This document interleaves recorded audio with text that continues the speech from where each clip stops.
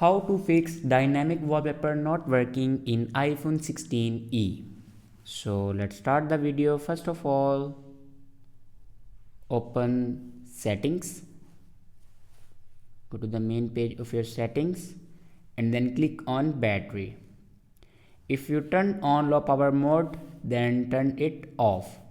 After turning off your low power mode, then go back and scroll down and click on accessibility.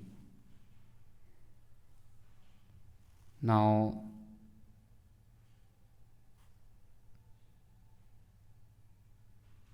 go back and search here reduce motion.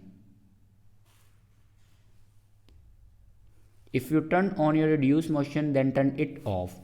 After turning off your reduce motion, then go back to your home screen and swipe down to your notification center and press and hold on screen and then click on customize and then click on lock screen. Now here you can see it will selected pink, yellow, and if you want to set a dynamic, then here you can see it will a dynamic wallpaper. So after selecting a dynamic wallpaper, it will work properly. So this is the way to fix dynamic wallpaper in iPhone 16e. I hope this video is helpful for you. Thanks for watching.